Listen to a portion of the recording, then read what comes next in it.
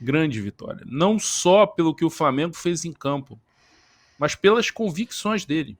A gente conversava no grupo, para quem não sabe, a galera aqui da S1 Live tem um grupo de WhatsApp, né?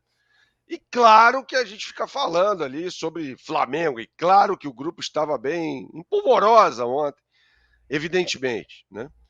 E antes do jogo, quando saiu a escalação, eu não vou mentir para ninguém, tá? Eu fiquei embasbacado, né? Porque eu falei, não era possível que ele tirou o Léo Ortiz, que ele não vai colocar o Alexandro, que ele tirou o Varela. E aí, ao longo do jogo, quando ele tirou o Arrascaeta, eu falei, não é possível para colocar o Bruno Henrique. Eu até falei na transmissão da Rádio Band News FM. Falei assim, ó, se o Arrascaeta não tem um problema físico, essa alteração tá errada, né? E aí o que ele faz? Ele coloca o Plata atrás do Bruno Henrique e o jogo muda, né? Muita gente falou, inclusive o professor aqui fora do ar, que foi uma partida que lembrou muito o jogo contra o River Plate em 2019, na final da Libertadores da América. O Flamengo jogou melhor ontem do que jogou contra o River Plate. Jogou melhor. O Flamengo foi melhor do que o Chelsea, gente, o tempo todo. O tempo todo, né? Talvez ali, durante algum tempo do segundo tempo, no início do segundo tempo, o Chelsea tenha sido superior. Talvez, talvez. Mas o Flamengo foi melhor do que o Chelsea. Tudo isso para dizer que no dia 20 de junho de 2025, também conhecido como ontem, Felipe Luiz enterrou de vez o fantasma Jorge Jesus. O Jorge Jesus não conseguiu o que o Felipe Luiz conseguiu ontem. E não estou desmerecendo o Jorge Jesus, não. De forma nenhuma, um dos maiores técnicos que já passaram pelo Flamengo em todos os tempos. Mas o que o Felipe fez ontem vai ficar na história, independentemente do que acontecer nesse Mundial. É jogo a jogo. Não dá para fazer previsões. Mas nas quartas. Não, é jogo a jogo. Tirando esse contra o LFC, afinal de contas, o Flamengo já é primeiro colocado do grupo. Mas o que eu ressalto é isso. O fantasma do Jorge Jesus sempre assombrou todos os técnicos que passaram pelo Flamengo desde junho, julho de 2020.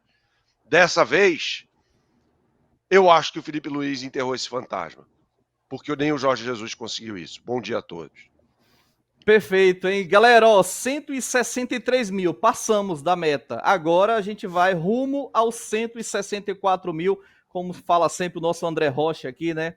Aos poucos, aí de grão em grão, a gente vai chegar lá. André, bom dia. No sábado, uma vitória épica do Botafogo diante do melhor time do mundo no momento. Mas Na quinta. Na quinta, perdão, na quinta. Eu falei sábado, na quinta. E ontem o Flamengo, eu diria que conseguiu tirar um pouco, assim, ofuscar esse feito do Botafogo, porque o Flamengo ganhou do Chelsea e ganhou de uma forma que o futebol brasileiro há muito tempo não via, né? Uma atuação de um brasileiro contra um europeu dessa forma. Seja muito bem-vindo. Bom dia.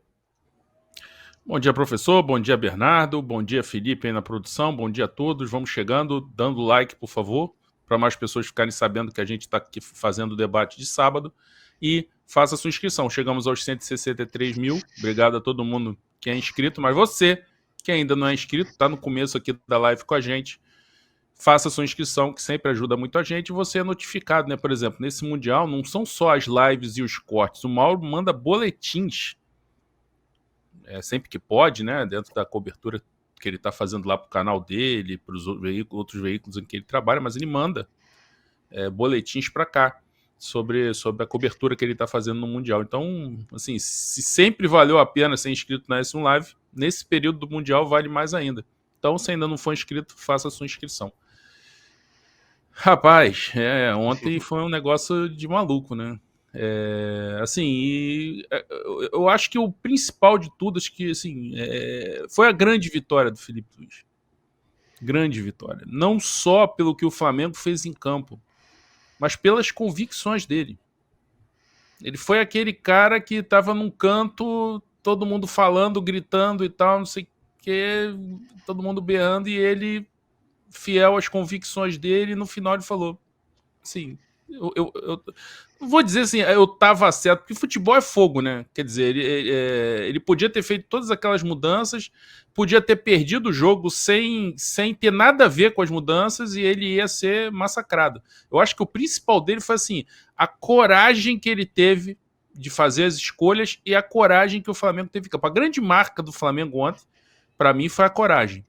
Coragem para jogar, e o Felipe é coragem. Gente, ele tirou o Varela, que vinha jogando muito bem, o Léo Ortiz, que é o Léo Ortiz, né? Ele tirou o Alexandro, que é o Alexandro. Tirou três caras de seleção. Varela, da seleção uruguaia, Léo Ortiz e Alexandro. E ainda tirou o Pedro, né? Que é um ídolo da torcida. E a saída do Pedro foi um pouco mais compreendida por todo mundo pela questão realmente da intensidade do jogo. O Pedro muito provavelmente não acompanharia aquela intensidade do jogo. Mas ainda assim, e principalmente aquela troca no segundo tempo de tirar o Arrascaeta, o craque do time, e colocar um cara que não vinha jogando nada. Mesmo sendo um grande ídolo, o Bruno Henrique não vinha jogando nada.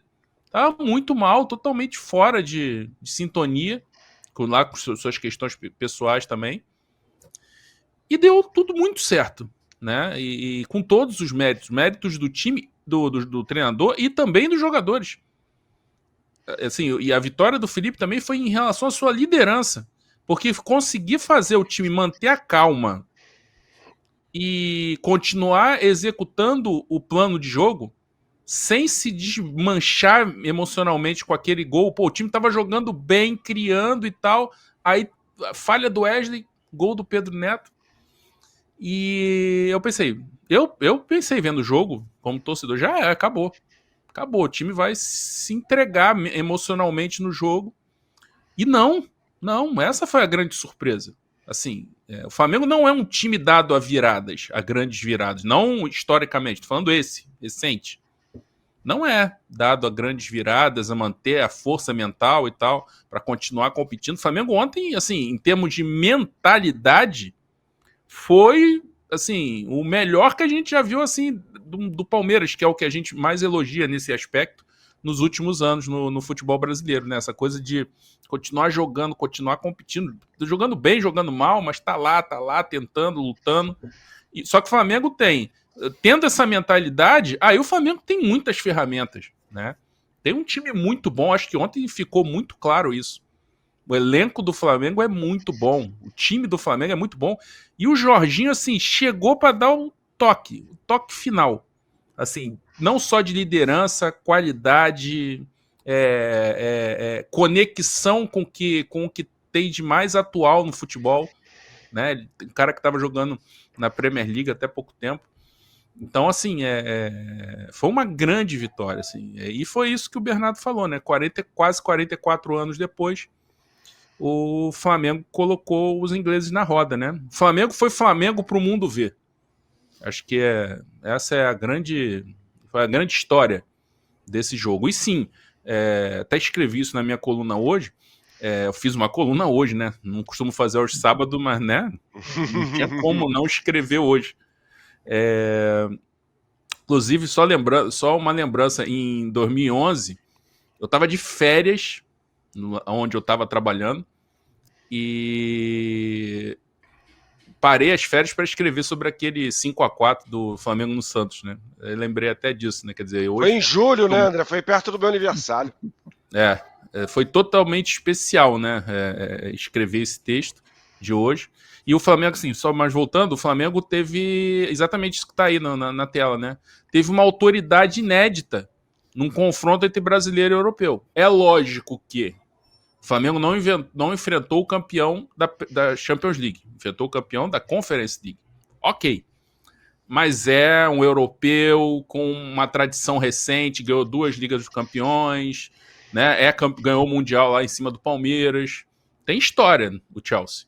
Tem história e tem força. E ganhou a Conference League, ficou em 4º lugar na Premier League.